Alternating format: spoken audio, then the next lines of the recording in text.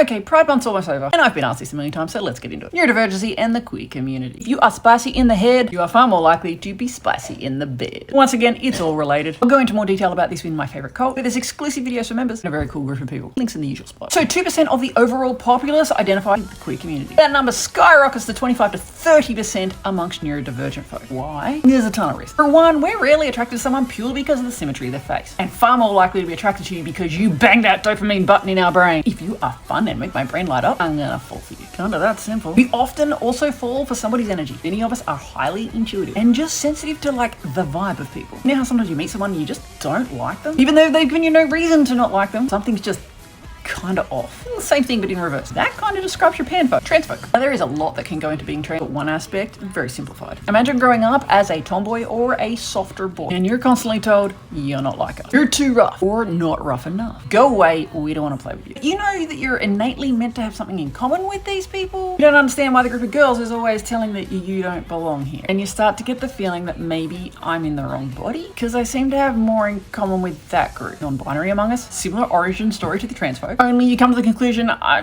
don't belong in this group, but I don't think I belong in that one either. The list goes on. Now the question I get asked here all the time, where do I sit in all that? Growing up, definite tomboy. I can confidently say I'm not like other girls. And I don't say that as a badge of honor so much as the other girls told me that. I was into all the guy stuff. I mostly had guy friends. Still kind of do. I preferred rougher sports, skateboard, climbing trees, and I preferred boys' clothes because they were just comfier and brighter and had superheroes on them. But I still like the boys. Sorry to disappoint ladies. I will generally say I am not the straightest person you'll ever meet. Up until this point in my life, I've only ever been attracted to men. The fact that I'm now married to one, no immediate plans to change that. I never really put much more thought into it. As for what I identify as, tomboy was the millennial word for it. A girl that kind of acts like a boy. And I never put much more thought than that into it either. I know that when you look at me or interact with me, I am kind of dude-coded. My hubby actually calls me his dude wife, to which I tell him he must be kind of gay to like me. Am I offended if you look at me and think I'm gay?